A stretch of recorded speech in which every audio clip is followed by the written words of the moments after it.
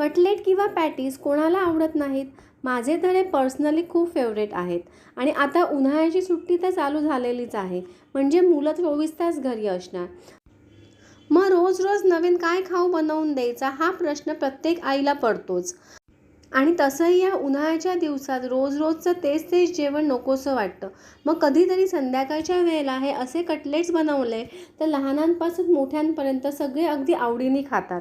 चला तर मग आज आपण केतकीज किचनमध्ये अगदी हेल्दी असे बीटरूटचे कटलेट कसे बनवायचे ते पाहूया.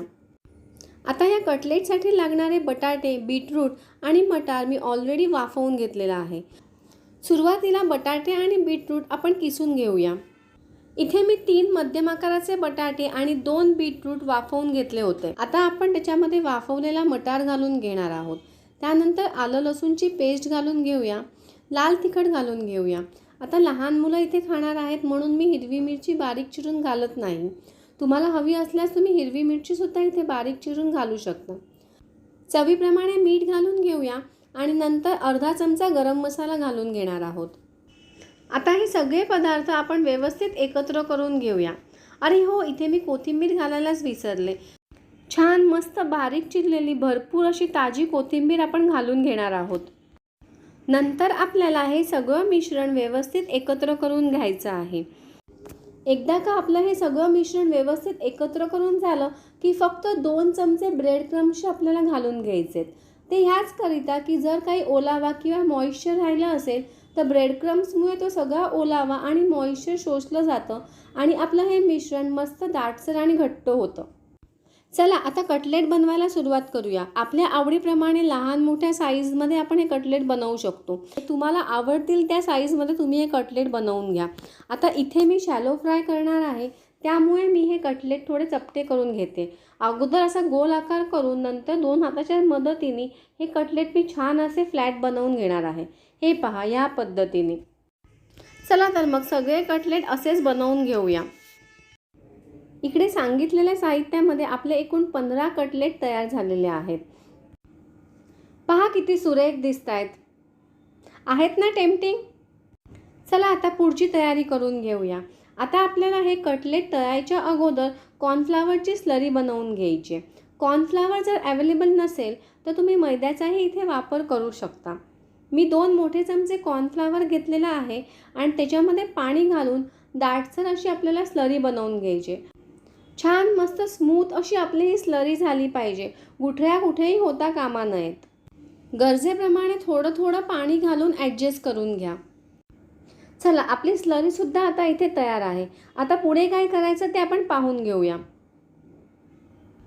आता एक एक कटलेट घेऊन सुरुवातीला कॉर्नफ्लॉवरच्या स्लरीमध्ये ते बुडवून घ्यायचे आणि नंतर ब्रेड क्रम्समध्ये घोळवून घ्यायचे.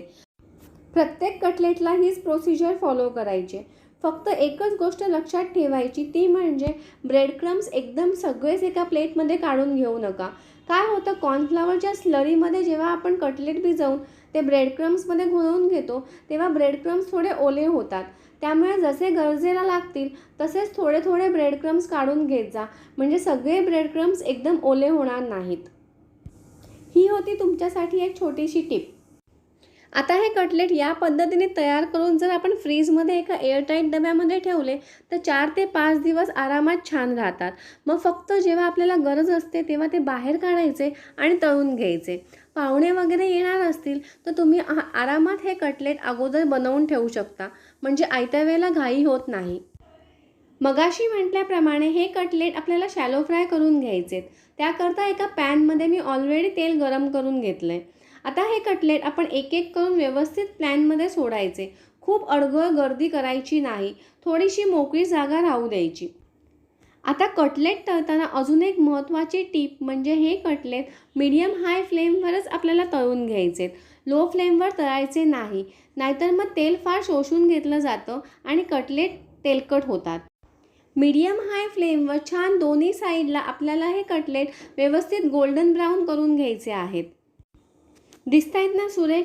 असेच आपण सगळे कटलेट व्यवस्थित गोल्डन ब्राऊन होईपर्यंत तळून घेऊया. हे घ्या, आपल्या कटलेटची पहिली बॅच इकडे तयार आहे. आता आपण हे सगळे कटलेट एक एक करून बाजूला काढून घेऊया. आहे ना बनवायला अगदी सोपी अशी ही रेसिपी, मग कधी ट्राय करून पाहताय? आजचा हा बीटरूट कटलेटचा व्हिडिओ जर तुम्हाला आवडला तर नक्की खूप शेअर करा आणि लाईक करायला सुद्धा विसरू नका. अशाच नवनवीन छान छान आणि सोप्या रेसिपीजसाठी केतकीज किचन ह्या माझ्या चॅनलला सुद्धा सबस्क्राईब करून घ्या आणि नवनवीन रेसिपीजच्या अपडेटसाठी सुद्धा बेल आयकॉनला हिट करायला विसरू नका. गरमागरम बीटरूटचे कटलेट हिरव्या चटणीबरोबर किंवा टोमॅटो केचपसोबत सर्व करा. पुन्हा भेटूया अशीच छानशी रेसिपी घेऊन. तोपर्यंत बाय बाय.